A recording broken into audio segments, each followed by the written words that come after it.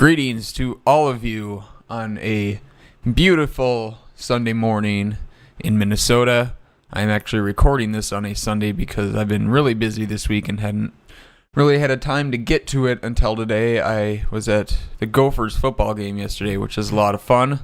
They beat Northwestern in a really fun, close game. I had a good time and ended up having to go into work a little bit on the weekends, which really sucks and is never fun. But nevertheless, I'm here. It's Sunday mornings, and that means it's time for Sunday Sermons here on Retrovolve.com. And like I'd mentioned last week, the topic of discussion this week will be the Atari 7800 ProSystem, the third home console released by Atari.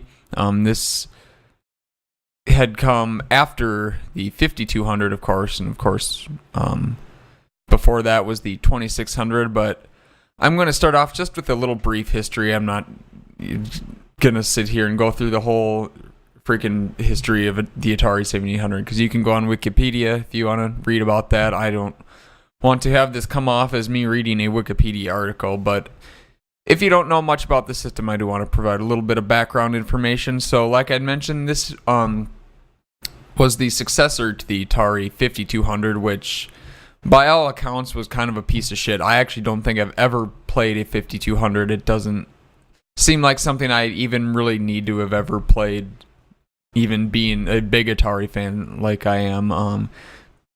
There was just a lot wrong with it. It was really bulky and heavy. It was just an enormous system, so it took up a lot of space. I don't know. Some people might not care about that so much, but to me, that's just extremely annoying. And for two, the controller was kind of the biggest thing that people had an issue with. The biggest problem was that it had a non-centering joystick. So imagine that now if you're playing PlayStation 4 or something, and you have your analog joystick and you press it to the left and let go, and it just stays there. Like, I don't know, that just seems pretty stupid. But like I mentioned in last week's show, that was kind of a time period where just the industry is trying to figure out what it was, and I don't know. It was an experiment, albeit a really terrible one, but nevertheless, at least they figured out something that didn't work, and we never saw that again in any other controller ever, as far as I know.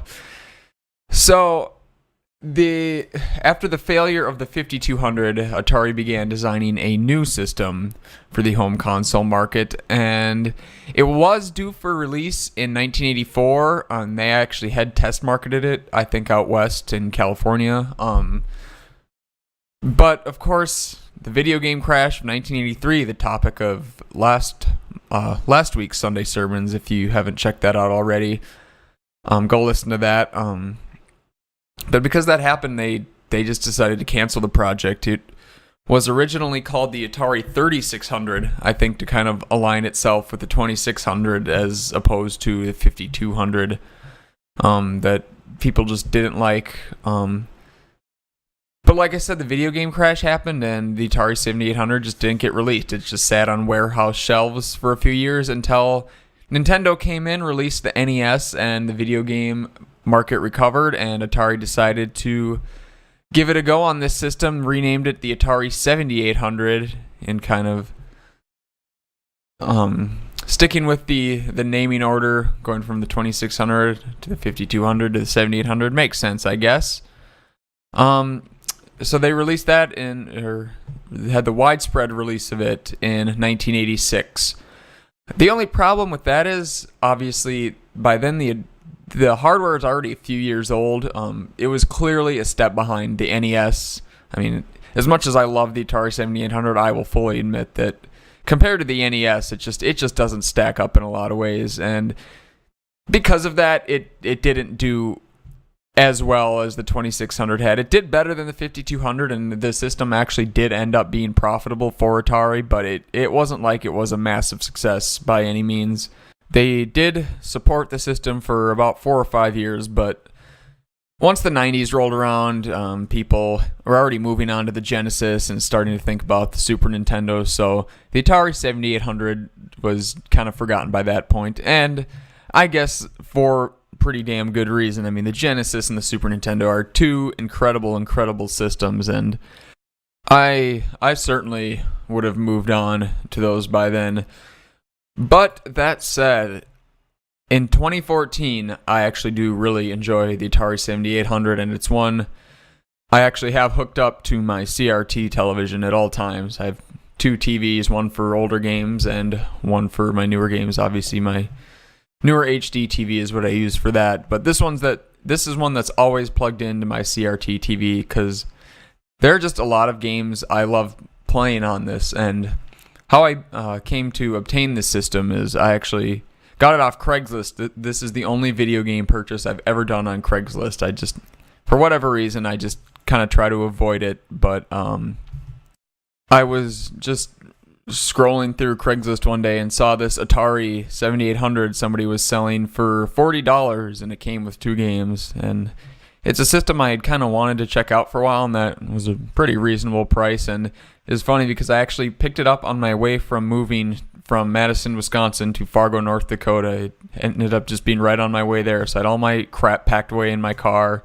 and my cat with me. And met this guy at he was actually a teacher at some college. So it actually was like probably the most not shady deal in the history of Craigslist. So I went to this college and he was tutoring some kids in a class, and sure enough gave me this box, and in it all the hardware, the games, controllers, everything. So I took the box, shoved it wherever I could find a space in my car, and finished my drive to the lovely Fargo, North Dakota, where I had lived for a while. But I instantly really fell in love with this system right after that. It's one that for a couple weeks after I really didn't play a whole lot more of, because I really liked the games that I got, for one, which I will get to here in a little bit. And it's just, I don't know, there's just something very unique about the system that I enjoy. So the object that I'm going to have with this Sunday Sermons is I want to convince you to seek out and purchase an Atari 7800. If you're a big retro gaming fan, especially if you're a fan of arcade style games and arcade ports, this really is one of the best systems out there that you can get. Probably this in the ColecoVision, and the added advantage that this has over the ColecoVision is that Atari 7800s still mostly work, and not the same thing can be said for the ColecoVision. So there you go. Anyways, so I'm just going to get started here with this discussion on why you should go out, and whether it's on eBay, Craigslist, or if you run across one at a Goodwill, which would be awesome, then in that case you definitely have to buy it. But why you should purchase an Atari 7800 Pro system. I think the first reason, and the most important reason in a lot of ways, probably to a lot of people, is that it's actually backwards compatible with the Atari 2600. At least most of the carts. There are a few of the ones that are weird shapes because all Atari cartridges weren't the same shapes. Some of them don't fit, which is kind of a bummer. I think the M Network cartridges, if I remember, don't fit. They're kind of wider. I think the Imagic ones fit. I think I've played Demon Attack on my 7800, but anyways, that's not a huge deal. 95% of your games are going to work on there. You might already have a 2600, but to me, it's really convenient just to have one to have hooked up, and you don't have to have two, or disconnect and connect another system when you want to switch between the 26 and 7800. So it's really nice just for that, to be honest. I am a big proponent of playing games on their original hardware. I don't know, it's just a weird thing I have. I'd rather play it on the original hardware, but to me, this does just as well. It's not software emulation, obviously, so it's the real original electronics, the circuits that... It's the same experience on the 7800 as the 2600, which, is awesome, and I really think that's an important thing, especially if you don't already have a 2600, then the 7800 is really the system to go get.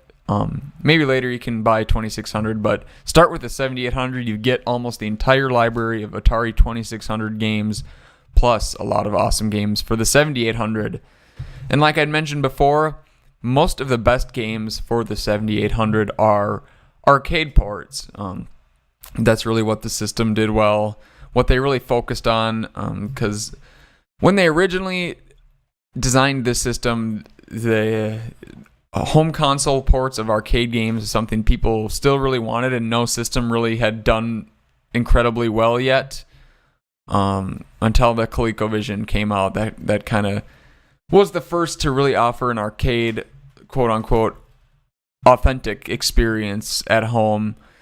So they really designed the system around being able to do that, and there are tons of awesome arcade ports that you can get for the 7800. There's Donkey Kong, an awesome version of Donkey Kong. You all know how much I freaking love Donkey Kong. One of the best, if not the best game ever. You actually get, there's a port of Mario Brothers, which is really good. I know it's kind of weird to think now, like a Nintendo, especially a Mario game, being on a non-Nintendo system. And especially since it was released after the NES was released. I don't know. It's kind of cool, but it is actually a very good version of the game. I like it a little more than the NES version just because of the arcade-style joystick for the 7800, but I don't know. Both good, but I really like this version. A great version of Asteroids, actually. It's full color, not vector style like the arcade games, and I actually enjoyed this one a little more than the arcade version.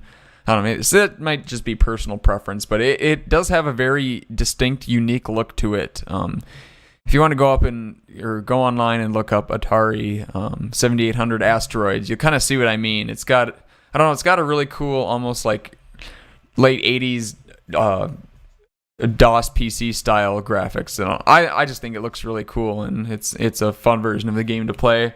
There's a great version of Joust. A lot of people consider it the best version of Joust for a home console, and an awesome version of Miss Pac-Man as well. I mean, Miss Pac-Man or Pac-Man has been released for every damn system there ever was, but this version is, I don't know, maybe not the best, but it's certainly worth picking up if you have the system. And my favorite game for the Atari 7800, and probably one of my all-time favorite games actually for any system, this is one that came with my Atari 7800 when I went and bought it, and that is Food Fight, which you might not have heard of. I actually never heard of it, but when I had gotten my 7800, I had no idea what it was, but I quickly learned that it is absolutely one of the best games ever made, ever, and that's a fact.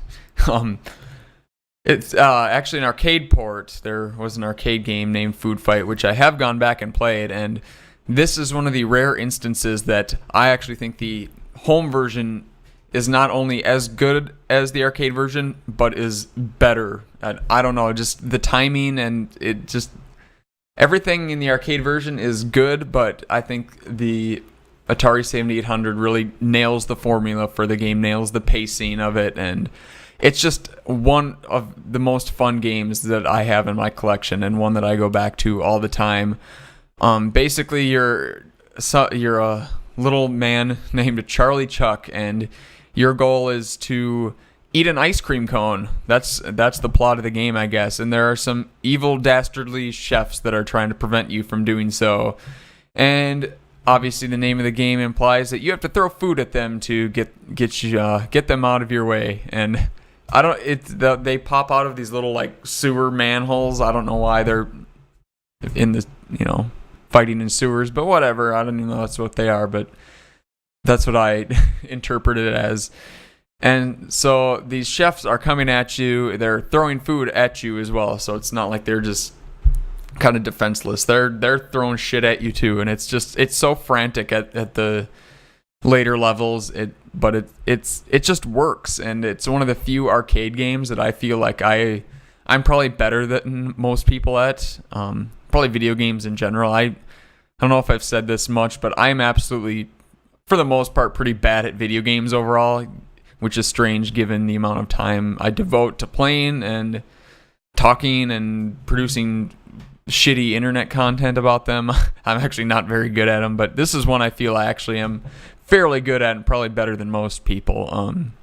But yeah, if nothing else, Food Fight should be the reason you buy a 7800, because it is the only system to have a home console port. It was literally the only two versions of the game are for the arcade, obviously the original arcade cabinet, and the 7800. It may have had a like DOS PC release. I'm not sure.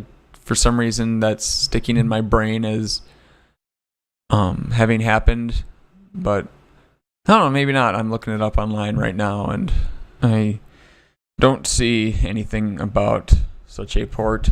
It does say on Wikipedia that there actually was a 2600 version planned, which that's a bummer that never got made. It says it got canceled. I would have liked to see what this would have played like and looked like on the 2600.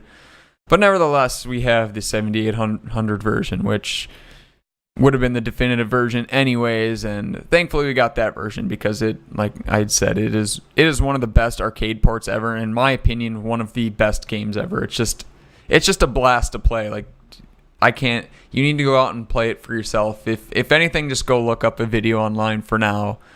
Food Fight for the Atari 7800, and you can kind of get an idea of what the gameplay is like. But that is my strongest pitch for getting a 7800 is being able to play Food Fight. It is worth seeking out this system just to get. And I think if I remember right, it was packaged with the original Atari flashback unit, which a lot of people don't remember this, but it had controllers that were modeled after the 7800 controllers and not the 2600 controllers, which is extremely bizarre to me because the 2600 controller is so iconic, and that you put a picture of that on a box and people will buy it. Not many people know the 7800.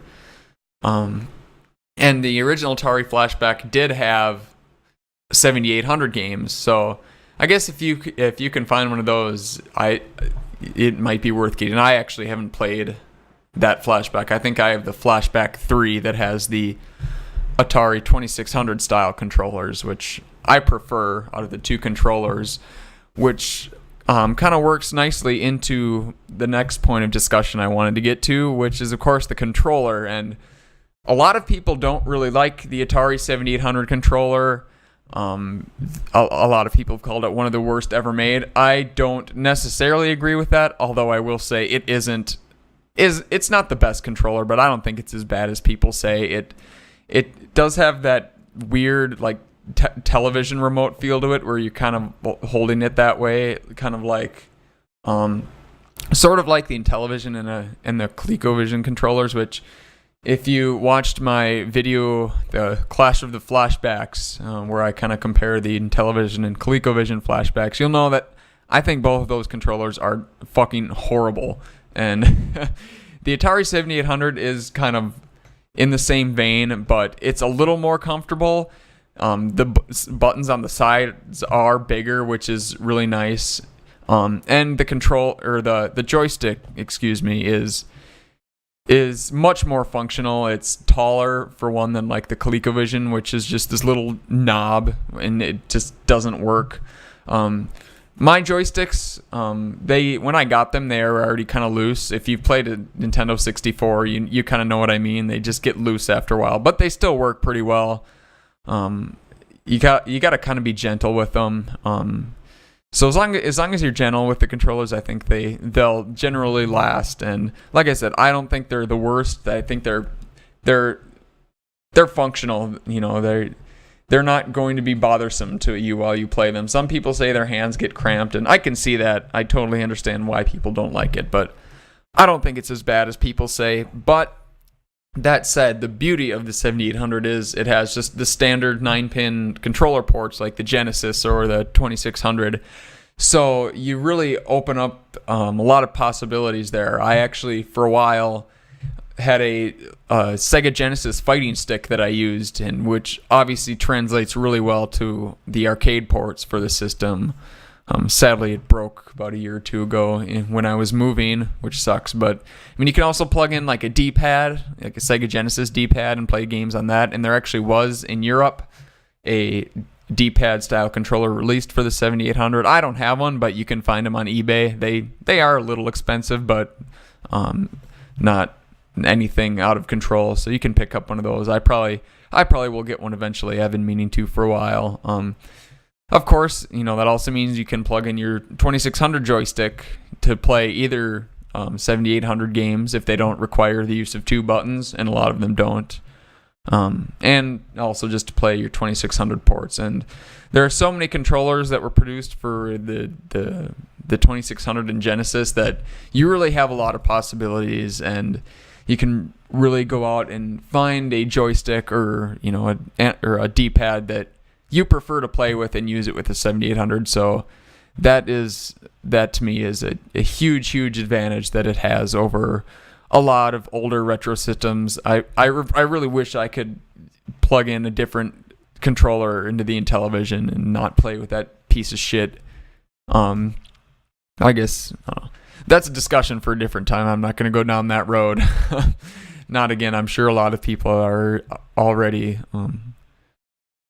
think I'm kind of a moron for hating on that so much, and I guess that's probably fair. I just don't like it. But the Atari 7800 is a step better. But like I said, the customization options that you have there, the ability to use all sorts of other controllers, is what really makes the system stand apart to me in that department. But other than that, there really isn't a lot more I have to say about the 7800. It's pretty straightforward. I will say that I don't know what exactly the technical reason is for this. Like I said, I'm not a person that's incredibly knowledgeable on real deep technical specifications and whatever on consoles, but the sound chip does it. There's just something a little bizarre about it, and if you go out and maybe I'll put together a little montage of 7800 music at the end of this video, but just some of the sound just doesn't sound quite right, and especially when it tries to play like a melody at the beginning of a game. The one from Mario Brothers always sticks out to me. Is just it just sounds a little off. It sounds like the creepy carnival version of old video game themes, but I don't know, it's kind of endearing to me. It doesn't bother me. It's just the sounds, just especially the music, just sounds a little bit off. I don't know why that is. Maybe somebody out there can explain to me why that is the case. But anyways, that's kind of where I'm going to end it for today. This is a little shorter version of Sunday Sermons, but nothing wrong with that. You guys got football to watch and stuff. That's what I'm going to be doing. Hopefully going to watch the Vikings improve to 3-3 by knocking off the injury-riddled Detroit Lions today with Teddy Bridgewater back at quarterback. Really excited to watch that one. But until next week, of course, there's always tons of awesome content on Retrovolve every single day. There are a lot of great articles, mostly not by me. The good ones are written by other people, but my stuff's there too if you want to check it out and laugh at it. I'm okay with that. That's cool. I haven't really decided. I didn't really think about what I'm going to do next week's Sunday Sermons on. I suppose I should probably think of something, and I will, but just not now because I'm tired, and yeah. So if you have any comments you want to send my way, feel free to leave them in the comments on the YouTube video or on the website, or retrovolve@gmail.com is somewhere you can get a hold of me. You can send me anything you have about the 7800, or just hate mail, or just comments about video game or retro video game stuff in general, or suggestions about something maybe you'd like to hear on another version of Sunday Sermons. Like I said, I don't really think these things out too far in advance. I just kind of I'm very much a gardener in this aspect. I don't plan things out. I just sort of let it happen. No scripts here, people. Like I said, just a dickhead with a microphone and a debatable knowledge on retro video game hardware and software. All right, I'm going to end it there. Have a fantastic end to your weekend, everybody, and a great week coming up. I will see you next Sunday, and until then, as always, stay classic.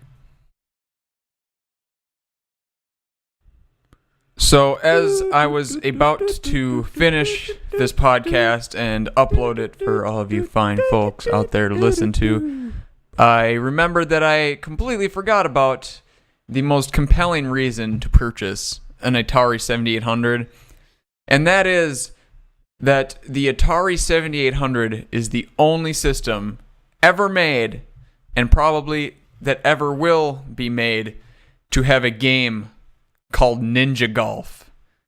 And no, that's not like a weird marketing name. That literally is what you do in the game.